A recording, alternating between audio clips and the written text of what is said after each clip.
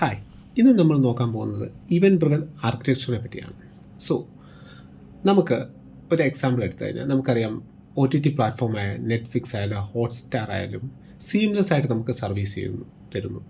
അത് ക്രാഷ് ആവുന്നില്ല, അത് ഡിഫറെൻറ്റ് സർവീസസ് വളരെ എഫക്റ്റീവായി പെർഫോമൻസ് ആയിട്ട് നമുക്ക് തരുന്നു. സോ എന്ത് ആർക്കിടെക്ചറാണ് അവിടെ യൂസ് ചെയ്യുന്നത്? അവർ യൂസ് ചെയ്യുന്ന ഒരു ആർക്കിടെക്ചറാണ് ഇവൻറ്റ് ഡ്രിവൻ ആർക്കിടെക്ചർ. സോ നമുക്കൊരു എക്സാമ്പിൾ പറഞ്ഞ് ഇത് എന്താണെന്ന് നോക്കാം. സോ സിംപ്ലി പറഞ്ഞാൽ പണ്ട് കാലങ്ങളിൽ അല്ലെങ്കിൽ most of the services traditionally use ചെയ്തിരുന്നത് സെൻഡ് ആൻഡ് റിക്വസ്റ്റ് മോഡലിലാണ് വർക്ക് ചെയ്തുകൊണ്ടിരുന്നത്.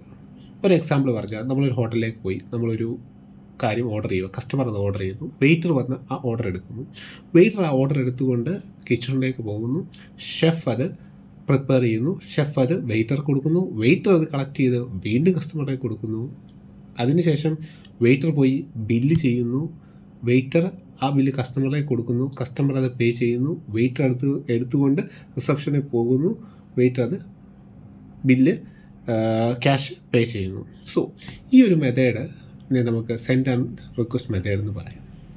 സോ ഇവിടെ എന്ത് സംഭവിച്ചു? ഇവിടെ നമ്മുടെ വെയിറ്റർ എന്ന് പറയുന്ന ആൾ നമ്മുടെ ബോട്ടിലിനേക്കായിട്ട് മാറിയിട്ടുണ്ട്.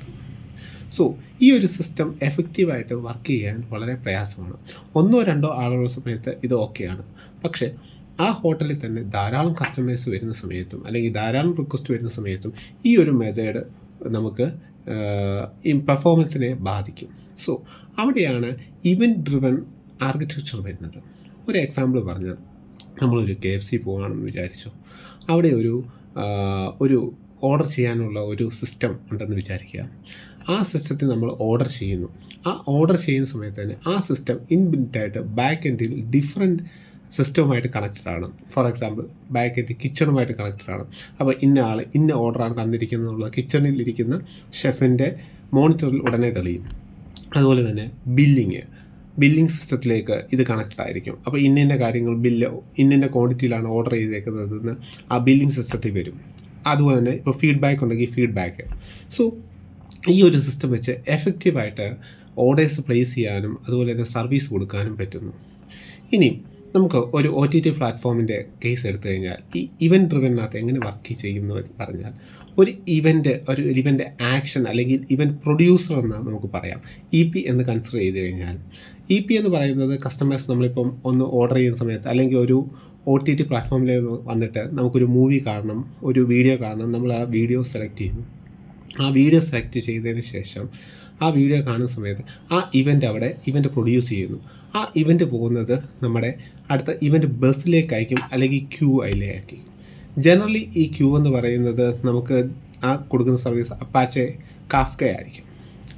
ആ കാഫ്കയ്ക്കകത്തേക്ക് ഈ ഇവൻറ്റ് വരുന്നു. ആ ഇവൻറ്റ് അവിടെ ക്യൂ ചെയ്ത് വെക്കുന്നു. ഇവിടുന്ന് ഇവൻറ്റ് കൺസ്യൂമേഴ്സ് എന്ന് പറയും. ഇവൻറ്റ് കൺസ്യൂമേഴ്സാണ് നമുക്ക് ഇപ്പം ഒരു റെക്കമെൻഡേഷൻ എൻജിൻസ് കാണും. ഇപ്പം OTTയുടെ കേസ് എടുക്കുകയാണെങ്കിൽ റെക്കമെൻഡേഷൻ എൻജിൻസ് കാണും. അതുപോലെ തന്നെ ആ സബ്സ്ക്രൈബ് ചെയ്യുന്ന ബില്ലിങ് കാര്യങ്ങൾ കാണും, ഫീഡ്ബാക്സ് കാണും, ഡിഫറെൻറ്റ് റെക്കമെൻഡേഷൻ കാണും. അങ്ങനെയുള്ള ഡിഫറെൻറ്റ് സർവീസസുകൾ ഇതിൻ്റെ ഇവൻറ്റ് കൺസ്യൂമറിൽ കാണും. അപ്പോൾ ഇവൻറ്റ് കൺസ്യൂമർ ഈ വരുന്ന അനുസരിച്ച് ഈ പറയുന്ന ഓരോ ഇവൻറ്റും നമ്മുടെ കാഫയ്ക്കകത്ത് നമ്മുടെ ഇവൻറ്റ് ബസ്സിനകത്ത് ഉണ്ടാകും. ആ ഇവൻറ്റ് ബസ്സിനകത്ത് അത് ക്യൂ ചെയ്തിരിക്കും. അത് നമ്മുടെ കൺസ്യൂമേഴ്സ് ആവശ്യമനുസരിച്ച് അത് കളക്ട് ചെയ്ത് അവിടെ നിന്നാണ് ഈ സർവീസ് എല്ലാം സീംലെസ് ആയിട്ട് വർക്ക് ചെയ്യുന്നത്. ഇതൊരു ഹൈ ലെവൽ ആർക്കിടെക്ചറാണ് ഞാനിപ്പോൾ പറഞ്ഞത്. ഇതിൽ ഡിഫറെൻറ്റ് കാര്യങ്ങൾ ഓടുന്നുണ്ട്. ഒരു ഇവൻറ്റ് ഡ്രിവൻ ആർക്കിടെക്ചർ എങ്ങനെ ജനറലി വർക്ക് ചെയ്യുന്നത് മാത്രമാണ് ഞാനിവിടെ എക്സ്പ്ലെയിൻ ചെയ്തത്. സോ എന്തെങ്കിലും ഡൗട്ട് ഉണ്ടെങ്കിൽ ഇതിൻ്റെ ഫുൾ എക്സ്പ്ലനേഷൻ വേണമെങ്കിൽ ജസ്റ്റ് കമൻറ്റ് ചെയ്താൽ മതി. I will provide that. Thank you.